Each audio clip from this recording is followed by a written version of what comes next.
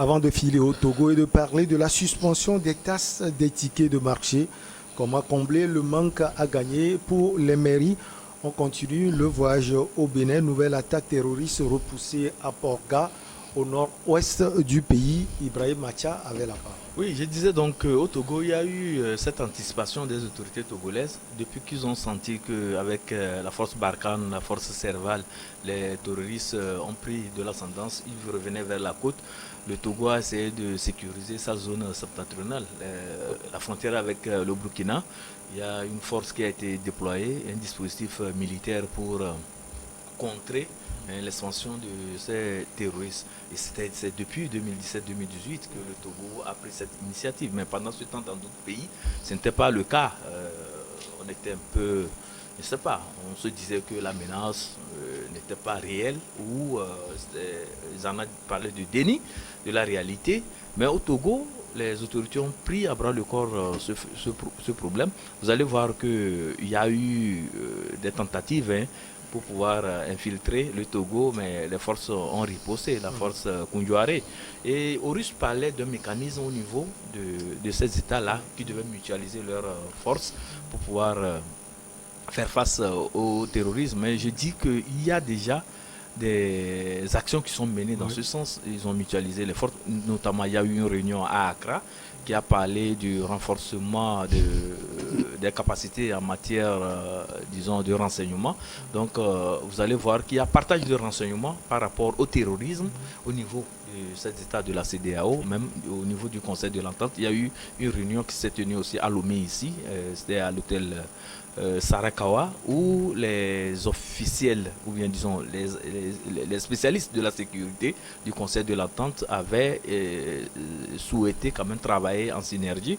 Et lorsqu'il y a des informations à partager, les États les partagent par rapport à la sécurité. Donc si le Bénin, par exemple, a vent d'une attaque qui va se produire au Togo très tôt, le Togo doit être alerté et vice versa.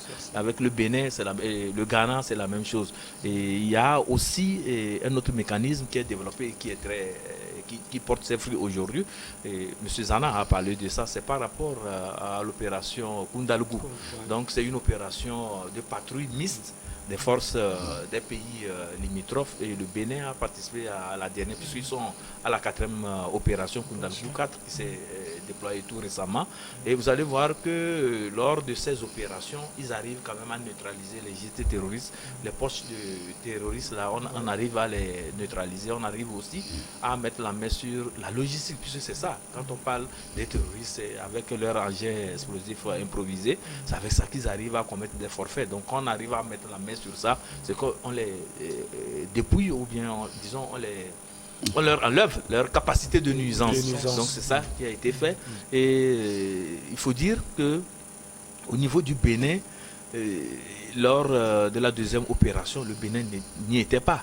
Mais quelques semaines après, les terroristes sont frappés là-bas. Donc ils ont vite compris que vraiment il faille rejoindre ce mécanisme, il faille rejoindre vraiment ce dispositif-là, quoi qu'on dise, qui porte ses fruits et qui amène le Bénin aussi quand même, ou bien tous les pays qui sont dans le viseur de ces groupes de malfaiteurs-là, à renforcer leur union, à resserrer les coudes pour faire face vraiment à l'ennemi commun. Sinon, leur objectif, c'est vrai, c'est de venir vers la côte, c'est de venir vers la mer, mais il faut le dire, ce qu'ils ont comme principale idée, c'est de créer une zone de non-droit pour faire prospérer leur commerce illicite de tout genre. Horus Donkovi, en 2 minutes, est-ce qu'on peut dire que la promptitude avec laquelle les autorités ou bien les forces armées béninoises ont réagi prouve à suffisance que les autorités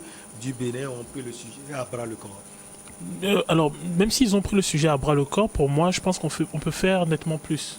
C'est-à-dire, j'ai parfois la sensation que on attend de l'extérieur, où on est très peu prompt à faire les choses par nous-mêmes.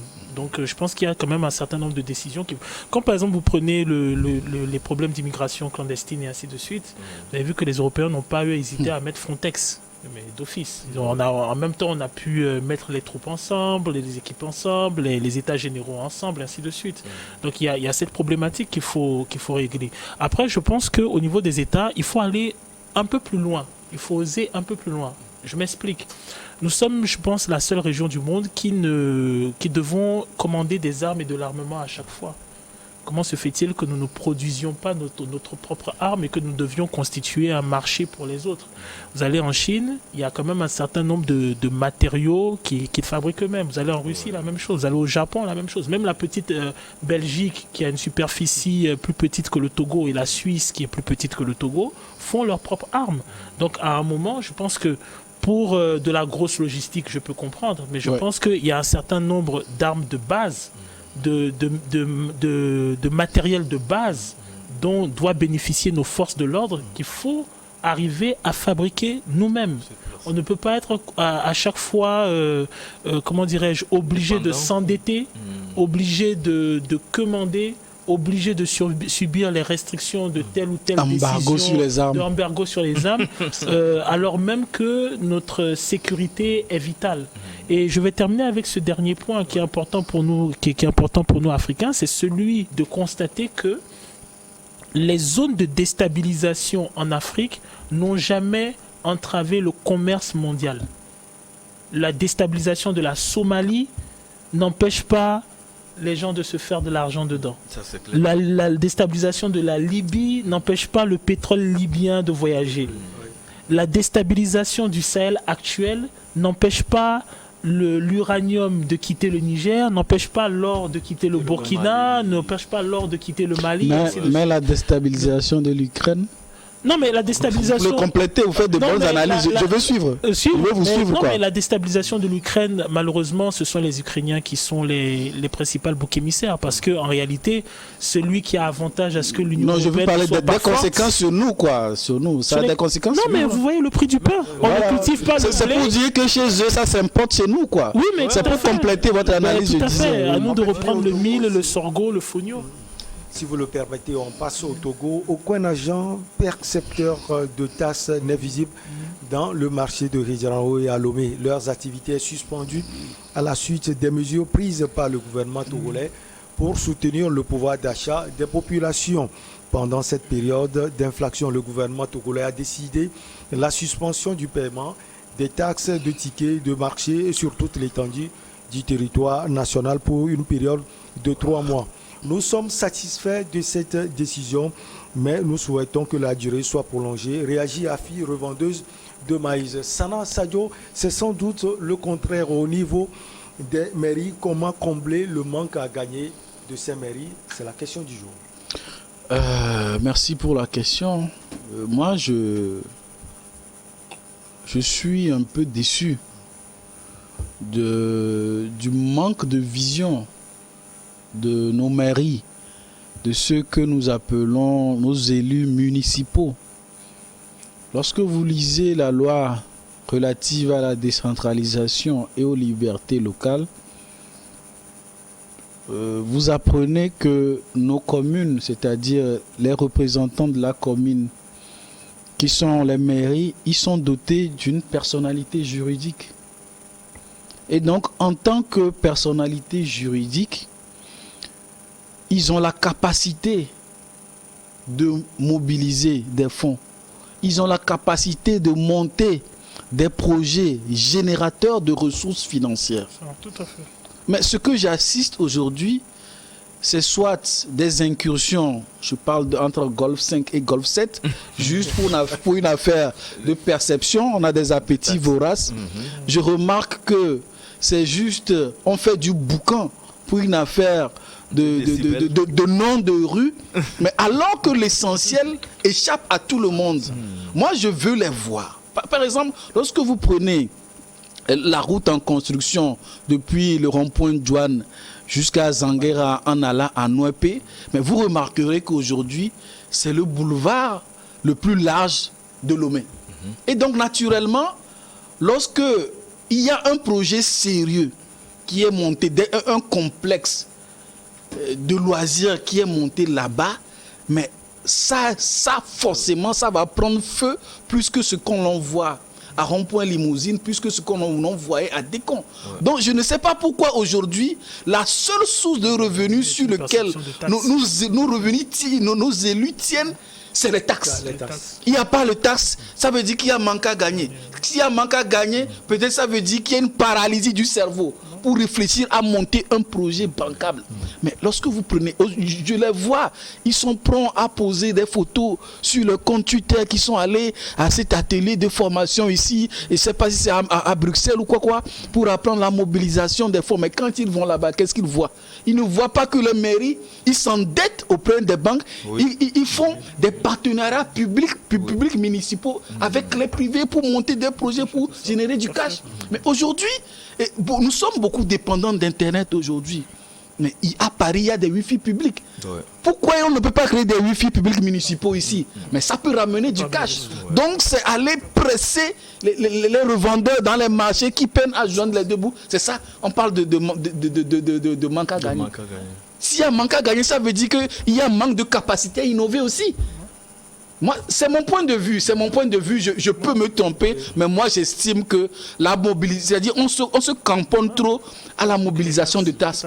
Autre que, lorsque vous allez au Maroc, vous allez à la corniche de Casablanca, je veux parler de la plage, mais regardez la plage qui borne Golfe 4, le complexe touristique qui peut être installé là-bas. Et on est là à venir tirailler la perception des terres du marché d'Adaouato. Moi, je ne comprends pas la vision que portent ces gens-là. Ils reprochaient, des gens qui étaient dans l'opposition, ils reprochaient certaines choses au pouvoir central, on les voit rééditer la même chose. Mais au bout du compte, il faut savoir qu'on les jugera sur leur gestion. Ce qu'ils auront fait de leur mairie, mais on comprendra s'ils étaient à la tête de ce pays, ce que ce pays deviendrait. Aujourd'hui, ils se camponnent sur les taxes. Imaginez un peu, s'ils viennent à venir au pouvoir, ce qu'ils seraient. Alors, sur cette mesure prise pour lutter contre l'infraction, Ibrahim Acha, les revendeurs, eux, ils demandent que la durée soit prolongée. Alors, si c'est fait, certains demandent 1 an même. Ça risque d'être 5 ans même peut-être. Les mairies, 5 ans, ça non, mais ça serait dur pour les mairies, bien évidemment, puisque ces mairies tirent les ressources de ces ventes de tickets et autres là, des marchés. Je pense que c'est ce que ces mairies ont comme ressources par rapport à la loi sur la décentralisation. C'est bien vrai que l'État a prévu un accompagnement et l'État a fait, en tout cas, je peux dire que l'État a fait de son mieux pour pouvoir amener ces mairies-là à pouvoir se prendre en charge et à pouvoir tenir le roulement et même le fonctionnement de ces mairies. Il y a le fonds, le FACT, je pense, le fonds d'aide aux collectivités territoriales. Et c'est beaucoup de milliards là-bas. Même, entre-temps, c'était 6, mais maintenant, ils sont pour l'exercice 2022. On a parlé de 4,2 milliards. Donc, si on arrive à leur donner ça, je pense que ça peut aller. Mais lorsque l'État a parlé de la suspension du paiement de ces taxes-là au niveau des marchés, l'État a bien signifié qu'il y aura en tout compensation. Compensation. L'État va voir dans quelle mesure allouer des ressources à ces mairies-là, de manière à ce que ces mairies puissent tenir leur fonctionnement. Mais l'élément central, et Zana venait de le dire, c'est la capacité de ces municipalités-là à innover, à aller vers des projets qui puissent leur apporter des ressources. Puisque quand on parle de développement, le développement a un coût. Donc lorsque vous êtes à la tête d'une mairie, il faut essayer de penser à comment oser bien évidemment, comment amener votre mairie et votre municipalité à être beaucoup plus rayonnante. Et c'est par des projets, c'est par la coopération décentralisée. Parce qu'il y a des maires qui sont là depuis, qui sont élus, ils sont dans leur bureau, ils n'ont jamais établi un contact avec les mairies, du moins de Cotonou ici. Même à côté ici, ils sont toujours dans leur mairie, c'est les taxes. Comment faire pour payer les taxes? On bouscule les bonnes femmes dans les marchés, dans la rue et tout ça là. Il y a encombrement des voies, c'est ça. En tout cas, ça, on force les gens à louer des kiosques. Ouais, c'est ça leur idée, c'est ça le développement municipal. Ne repose que sur ça. Alors qu'en réalité, quand on est maire, on doit aller au-delà, on doit réfléchir sur des grands projets, les histoires de jumelage, pourquoi pas, et voir éventuellement comment tirer des expériences des autres municipalités, que ce soit en Occident ou bien en Afrique ici, pour pouvoir amener aussi votre municipalité à pouvoir aller de l'avant et prendre en charge plutôt son développement. Quand on attend de l'État, je pense que ce n'est pas quand même ce pourquoi ils ont été élus. Hein. Je vois quand les gens se bousculaient pour aller à ces élections locales, les gens pensaient avoir de l'emploi. Vous comprenez? Et ils se sont rendus compte que mais ce n'est pas ça. Il faut la fonction de conseiller municipal est gratuite. Tout à fait. Donc il faut travailler plutôt pour votre commune. Et quand on parle de travail pour votre commune, ce n'est pas aller rester dans le bureau, le soir vous retournez, vous signez seulement les actes de naissance, les actes de mariage et tout ça, ça s'arrête là. Non, c'est pas ça. On demande beaucoup plus d'eux. Donc ils doivent avoir cette capacité d'innovation, cette capacité de réflexion, cette capacité d'amener les mairies vers vraiment une sorte de viabilité. Et ça passe par les idées. Il faut travailler. Justement, et dans les communes où les gens ont eu le malheur de placer des gens en panne d'initiative, vous voyez, eu le pain. Ils ont été élus ou placés. Mais quand je dis placés, ça voudrait dire qu'ils ont élu des gens en panne d'initiative, en panne d'idées, en panne de projets. Voilà. Eu le pain cache aujourd'hui. Ce sont les communes là qui sont restées jusqu'alors. Même le bâtiment qui abrite la mairie, il n'y a même pas eu le mobilier qui a été acheté là-bas. On attend toujours. Non, ils attendent le financement de la banque allemande KfW. C'est ça. Non, c'est ça la vérité. Alors, au risque de Covid, on va répondre à la question comment combler le manque à gagner des mairies. C'est sans doute leur proposer peut-être des solutions comme ça. Mais il y en a. Moi, je suis totalement d'accord avec ce que Sana et Ibrahim disent. La gestion de la mairie ne peut pas se limiter à percepteur de taxes. Sinon, c'est pas la peine d'avoir une mairie. Vous mettez l'OTR, quoi. C'est-à-dire aussi, on peut pas faire ça. C'est-à-dire, effectivement, il y a un manque d'initiative et il y a énormément de choses qu'on peut faire dans des villes où il manque pratiquement de tout. Il n'y a pas d'espace vert à Lomé. Si vous avez envie de vous détendre avec votre... Monsieur Aboka nous a installé un espace vert à Casablanca. À Casablanca. Ah bon. Oui, avec les bêtes vous n'avez pas d'espace vert. Vous n'avez pas le Wi-Fi qui est en vogue. Vous avez toute une population jeune qui va s'amasser devant parfois des clôtures, ne serait-ce que pour avoir de la connexion, tout ça. Mais c'est des créneaux. Vous avez le manque de garderie, de jardins d'enfants. Vous avez le manque de bibliothèques. Oui. Je me rappelle qu'il y a eu des initiatives de bibliothèques qui ont été avortées. On ne les voit plus. Le manque de bibliothèques. Oui. Vous avez... Alors, c'est ça qui est d'ailleurs très étonnant. C'est que moi, j'ai vu sur le net de la jeunesse togolaise qui a essayé de s'organiser, où vous avez des groupes artistes de golf 1, artistes de golf 2, ainsi de suite, et qui essaient de se mobiliser sur l'organisation de leurs événements.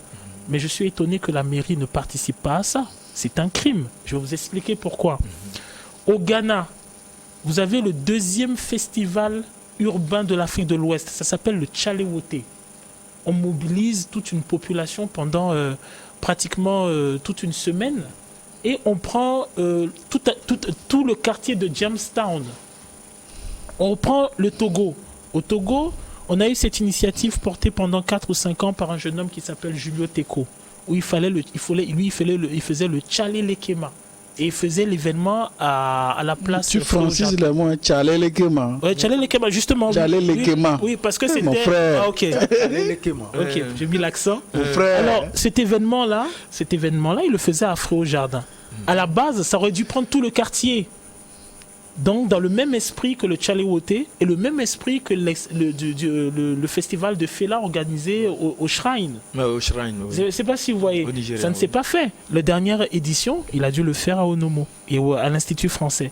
C'est pour vous dire qu'il y a une déconnexion entre ceux qui administrent et les administrés. Parce que si vous n'êtes pas en capacité de faire en sorte qu'il y ait effectivement des projets qui vont générer des sous et qu'au final, vos simples revenus, c'est de la perception de taxes. Alors, perception de taxes, chez qui? Chez des personnes qui sont en pente descendante parce qu'elles sont en train de s'appauvrir. Oui. Vous avez des problèmes. Ce qui fait la richesse des États fondamentalement, c'est la richesse des populations.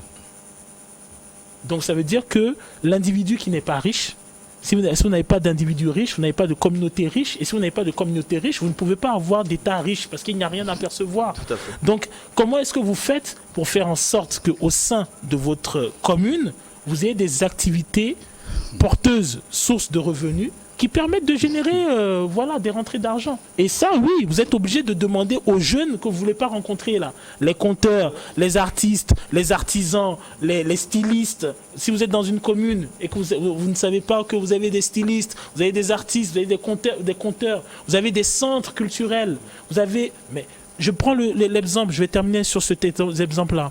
Togoville Jazz Festival. On fait venir des artistes de l'extérieur et ainsi de suite. Vous êtes une mairie, vous faites quoi? Vous appuyez, vous financez, vous investissez? Ou bien vous regardez comme ça le promoteur faire son événement comme si de rien n'était? Alors que dans d'autres pays, quand on parle du festival d'Avignon, tout le monde sait de quoi on parle. Mais Avignon, c'est une petite ville. Donc à un moment, il faut savoir ce que l'on choisit. Si vous choisissez le phénomène de la décentralisation avec une autonomie, que vous avez lutté pour ça et ainsi de suite, il est important que vous, dès à présent, vous preniez les décisions qu'il faut pour investir dans les choses qu'il faut. On a encore 6 minutes. Oui, on mais... va partager les 6 minutes. Sana Sadio, des approches de solutions, des propositions, parce qu'on on peut aider également. Monsieur Orissa semblait dresser un tableau apocalyptique.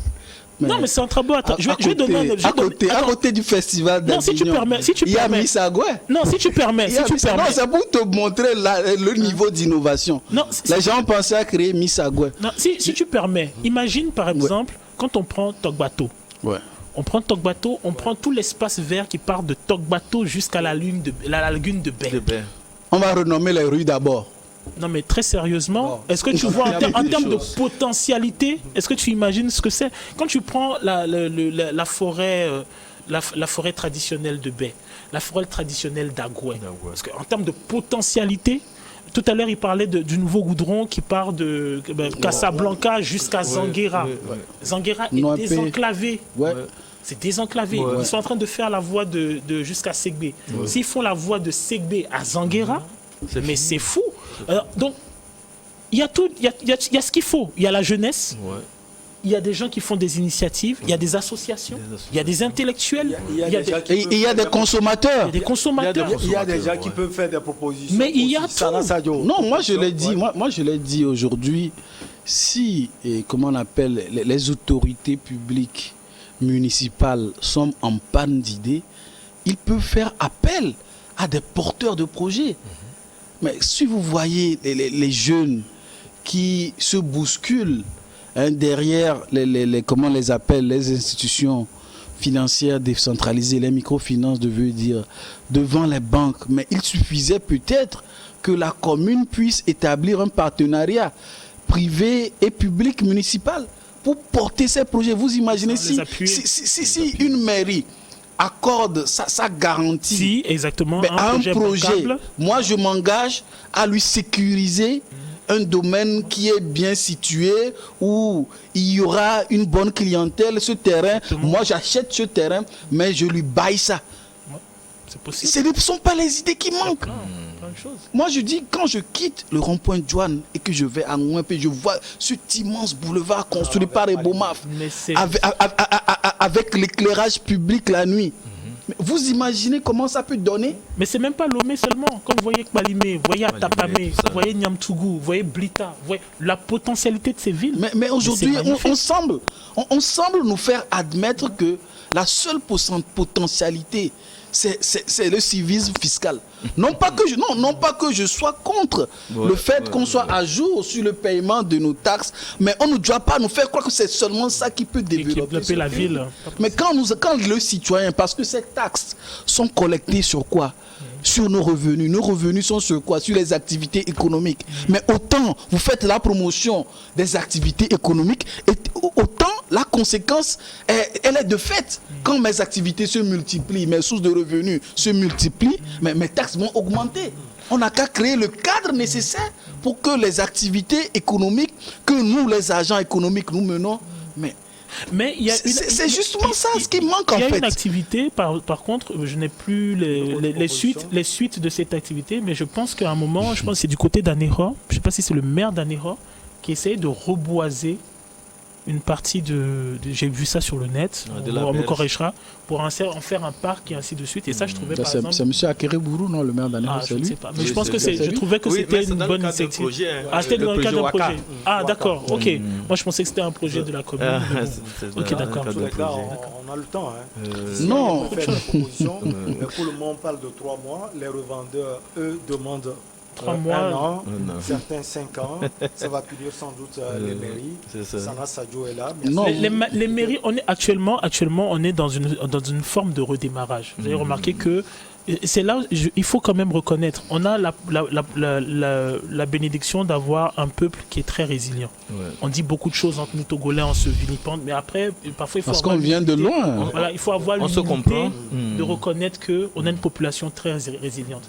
Au moment même où on dit aux gens qu'il y a la crise, que c'est dur et que les gens ont du mal à joindre les deux bouts, vous remarquerez qu'à Lomé, tout le monde redémarre ses activités. Ouais. Il n'y a rien. Les gens, ils en baffent comme pas possible. Mais ils relancent les bars, ils relancent les restaurants, ils relancent les festivals, ils relancent les concerts. Parfois, ils n'ont rien. Ils n'ont rien.